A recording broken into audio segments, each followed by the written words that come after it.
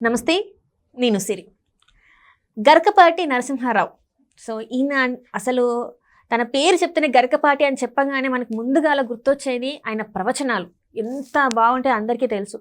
అయితే అనూహ్యంగా ఆయన అంటే జీవితంలో జరిగిన కొన్ని విషయాల గురించి ఒక ఆవిడ వీడియోలు పెట్టి ఏది జరిగిందో అవన్నీ చెప్పుకుంటూ రావడం జరిగింది. అయితే ఇప్పుడు తనేం చెప్తుందంటే ఇంకా చాలు ఇక్కడితోనే ఆపేద్దాం అని అంటుంది. సో, ఎందుకు స్టార్ట్ చేసింది? ఎందుకు ఇక్కడితో చాలంటుంది? ఏమీ అర్థం కాని పరిస్థితి. సో, దీని మీద మాట్లాడడానికి మనతో పాటు ఉన్నారు ప్రముఖ సీనియర్ జర్నలిస్ట్ యజ్ఞమూర్తి గారు. నమస్కారం. నమస్తే సిరి. సార్, ఇప్పుడు చూస్తుంటే గరకపాటి గారి ఏదైతే ఇష్యూ ఉందో అది కొనసాగుతూనే ఉంది. మాట్లాడుతూనే ఉన్నాం. అసలు ఇది ఎందుకు స్టార్ట్ అయిందో ఏంటో నాకు ఇప్పటికీ అర్థం కాని పరిస్థితి. ఇప్పుడైతే తను వచ్చేసి ఇక్కడితోనైతే ఆపేద్దామని అంటుంది. ఏంటంటారు సార్ అసలు ఇది? ఆమె ఎప్పుడో కొన్ని నెలల క్రితం పెట్టింది. తర్వాత వాటి మీద విమర్శలు వచ్చి కేసులు కూడా అయినాయి. అవి వాటిని డిలీట్ చేశారు. ఇప్పుడు మళ్ళీ ఆమె ఆయన వ్యక్తిత్వం గురించి చాలా విషయాలు చెప్పుకుంటూ వస్తున్నారు. శారద అనేది ఆమె ఆయన మొదటి భార్య కాదు. నిజానికి నేను మొదటి భార్యని. ఇంకా చిత్రం ఏంటంటే నేను వాళ్ళ అన్న భార్యని, వాళ్ళ అన్న పక్కకు తప్పించేసి నన్ను ఎత్తుకుపోయాడని ఆమె రామాయణాన్ని ఉదహరించి అందులో పాత్రని మొదట వాలి సుగ్రీవుల ఉదంతాన్ని, వాళ్ళ భార్యల ఉదంతాన్ని తీసుకొచ్చి అలా మాట్లాడింది. మళ్ళీ డౌట్ వచ్చి ఆమెకి మళ్ళీ చాలామందికి అర్థం కాదనే ఉద్దేశంతో రామ లక్ష్మణ సీతని వీళ్ళని తీసుకొచ్చి ఆ పాత్రను తీసుకొచ్చి చెప్పింది. అంటే రామాయణంలో రావణాసురుడు ఎత్తుకుపోయాడు సీతని, లక్ష్మణుడు ఎత్తుకుపోలేదు. కానీ ఇక్కడ మా దాంట్లో లక్ష్మణుడే నన్ను ఎత్తుకుపోయాడని. అది తప్పు. అంటే ఆమె అలా పోలికలు చెప్పడం అనేది అసలు రామాయణాలు అందులోని కథలు వీళ్ళకి ఆపాదించితే ఎలా అది ఆ పాత్ర వాటి మీద ఉన్నటువంటి ఆ పాత్రల మీద ఉన్నటువంటి ఇమేజ్ ఎలాంటిది? హిందువులకి ప్రధానంగా, భారతీయులకి, హిందువులకి దేవతలే కదా రామలక్ష్మణులు, సీతారాములు కానీ లక్ష్మణుడు కానీ. అన్నదమ్ములు అంటే రామలక్ష్మణులాగా ఉండాలి, భార్యాభర్తలు అంటే సీతారాములాగా ఉండాలి అని వాళ్ళని ఒక ఆదర్శంగా చెప్పుకునే ఇది కదా. దానికి మీ కథకి లింకు పెట్టి నీ మొదటి భర్తని రాముడిలాగా, గరికపాటి గారిని లక్ష్మణులాగా, సీతామహాసాధ్విని మిమ్మల్ని అందులో పెట్టుకొని పోల్చితే అది ఎవరు హర్షిస్తారు? అది ఆమె తెలుసుకోకుండా ఫస్ట్ అది మాట్లాడుతుంది. ఆమెకి గొప్ప విద్వత్వం ఉంది, భాష మీద బాగా పట్టు ఉన్నటువంటి వ్యక్తి, సాహిత్యం మీద బాగా పట్టు ఉన్నటువంటి వ్యక్తి, అభిలాష ఉన్నటువంటి వ్యక్తి ఆమె. పద్యాలు కూడా అలవకగా చెప్పగలుగుతున్నారు ఆమె. కానీ తమ జీవితాల్లో, వ్యక్తిగత జీవితాల్లో జరిగినటువంటి విషయాల్ని ఈరోజు ఇలా పబ్లిక్ చేసుకోవటం వల్ల అంటే అవతల వాళ్ళకి మనం నష్టం చేకూర్చాలి అనే ఒక దాంట్లో నుంచి బయటకు వస్తాయి ఇవి. ఇప్పటిదాకా గరికపాటి గారు ఆయన సంపాదించింది అవధానిగా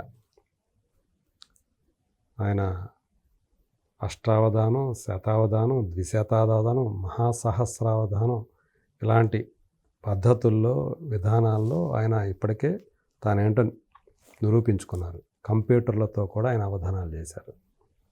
పద్మశ్రీ అవార్డు కూడా కేంద్ర ప్రభుత్వం నుంచి పొందారు. పౌర పురస్కారాన్ని కూడా పొందినటువంటి వ్యక్తి. ఇంకా ఆయన రాసిన ఇప్పుడు దాకా అయితే 14 పుస్తకాలు రాశారు ఆయన. అందులో 1-2 పుస్తకాలు నేనే రాసి పెట్టానని ఆమె చెప్పారు. ఆయన చెప్తుంటే రాసి పెట్టారా లేకపోతే ఆమె రాసి ఆయన ఇచ్చారా ఇవన్నీ తెలియదు. కానీ మొత్తానికి సో ఆమె చెప్పిన ఇంకా చాలు, ఇంతటితో ఆపేద్దామని చెప్పటానికి ఆ వీడియో ఏదైతే రిలీజ్ చేశారో ఇది చివరిగా చెప్పిన మాట ఆమె, ఇంకా చాలు ఆపేద్దామని. ఒకవేళ ఆపేయాలని ఉద్దేశం ఉంటే చరిత్ర అంతా చెప్పరు, ఇంత జరిగింది, ఇంత దుష్టుడు ఇట్లా చేశాడు అని ఆమె ఏవైతే చెప్పుకుంటూ వచ్చారో అందులో నన్ను అమ్మేశాడని కూడా చెప్పింది ఆమె. ఈయన నన్ను అమ్మేశాడు, ఈ దుష్టుడు నన్ను, ఈ దుర్మార్గుడు నన్ను, ఈ నీచుడు నన్ను అమ్మేశాడు. దాన్ని ఎలా తీసుకోవాలి? ఎవరికి అమ్మేశాడు? ఎందుకు అమ్మేశాడు? అంటే దానికి ఎవరికి వాళ్ళు రకరకాల వ్యాఖ్యానాలు చేసుకుంటారు, రకరకాల ఊహలు చేసుకుంటారు. అదొక పెద్ద క్వశ్చన్ మార్క్ ఉంది అక్కడ. అలాగే తన తల్లితో కలిసి నా మీద చేతబడి చేశాడని కూడా ఆరోపించారు. అదొక తీవ్రమైనటువంటి ఆరోపణ. ఈ 2 ఆరోపణలు నిజంగా గరికపాటి గారు ఇలాంటి పనులు చేశారా? అంటే ఇప్పటివరకు మనం చూసింది ఒక టైప్ ఆఫ్ గరికపాటి గారిని. అంటే కుటుంబ విలువలు, వ్యవస్థలో ఎట్లా ఉండాలి, పిల్లలు ఎట్లా ఉండాలి, పెద్దలు ఎట్లా ఉండాలి, భార్యాభర్తలు ఎట్లా ఉండాలి, ఇట్లా ప్రతి ఒక్కరి గురించి మాట్లాడడం. అండ్ ప్రభుత్వాలు కూడా ఎలా ఉండాలి, సినిమా యాక్టర్లు ఎట్లా ఉండాలి, ఇంత చెప్పిన ఒక వ్యక్తి జీవితాన్ని ఒకటేసారి ఇట్లా రోడ్డు పైన పడే. అదే ఇప్పుడు అది అందులో ఎంత నిజం ఉంది ఏంటి అనేది ఇంకా మనకైతే తెలియదు కదా. సో మనకి ఇప్పుడు గరికపాటి గారు ఏంటి చెప్పే పొజిషన్లో ఉన్నారు, జనం వినే పొజిషన్లో ఉన్నారు, ఇలా ఇదే కదా. సో ఆయన చెప్తూ ఉంటే ఎక్కువ మంది వాటిని ఆచరిస్తున్నారు, వింటున్నారు. ఆయన పైగా మూఢత్వంతో చెప్పట్ల, చాలా ఆధునికంగా ఆధునిక భావాలతోనే చెప్తున్నారు. అందులో చాలా వరకు తార్కికంగా ఉంటున్నాయి, హేతుబద్ధంగా ఉంటున్నాయి. అన్ని మూఢనమ్మకాలని ఆయన ఎప్పుడూ కూడా ప్రోత్సహించాలి తన ప్రవచనాల్లో. సో అంత అంటే భార్యాభర్తల బంధం, తల్లి బిడ్డల బంధం, అన్నదమ్ముల బంధం, సమాజము, మనుషులు, మానవ విలువలు, మానవత్వం, ఇట్లా ఇన్ని విషయాల్ని ఆయన చెప్తున్నారు. ప్రభుత్వం ఎలా ఉండాలి, ప్రజలు ఎలా ఉండాలి, ఇన్ని చెప్తున్న ఆయన తన సొంత జీవితంలో ఇలాంటి వ్యక్తి అనేది వచ్చేటప్పటికి అందరూ కూడా షాక్ అయిపోతున్నారు. కానీ ఎంతవరకు నిజం? ఇప్పుడు ఆమె చెప్పేవన్నీ కూడా నిజాలేనా? అంత వన్ సైడెడ్గా ఉంది ఇప్పుడు అంతా కూడా. ఎందుకంటే ఆమె ఏవైతే ఎలిగేషన్స్ చేశారో, తీవ్రమైన ఆరోపణలు చేశారో, వాటికి సమాధానాలు చెప్పాల్సింది ఇటువైపు. కానీ వీళ్ళు ఇంతవరకు మాట్లాడలేదు. ఇవన్నీ కూడా దురుద్దేశపూర్వకంగా జరుగుతున్నాయని చెప్పి ఆయన తరపున ఒక టీము చెప్పుకుంటూ వస్తున్నారు.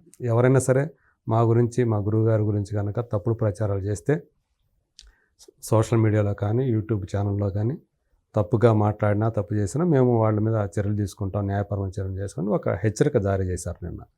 సో అది పక్కన పెడితే ఆమె ఇన్ని చెప్పి చివరిలో ఇంకా చాలు, ఇంకా ఆపేద్దాము అని చెప్పడం అనేది అంటే ఆమె ద్వంద్వ వైఖరిలాగా అనిపించింది. ఒకవేళ ఆపేద్దాం అనుకున్న మనిషి ఇవన్నీ కూడా అదే వీడియోలో ఇన్ని ఎలిగేషన్స్ మళ్ళీ చెప్పాల్సిన పని లేదు. సో ఏదో ఒక ఆశించి ఆమె ఇదంతా చేస్తున్నారేమో అన్న ఒక అభిప్రాయానికి తావిచ్చేలాగా ఉంది. అలాగే శారద అనే ఆమెని వివాహం చేసుకున్నారు, కానీ పిల్లలు మాత్రం ఆమెకు పుట్టిన వాళ్ళు కాదు, నాకు పుట్టిన వాళ్ళని ఆమె చెప్పారు మొత్తం. మరి అదే ఆమెకు పుట్టిన ఒక కొడుకే ఆమె మీద కేసు పెట్టారు, క్రిమినల్ కేసు.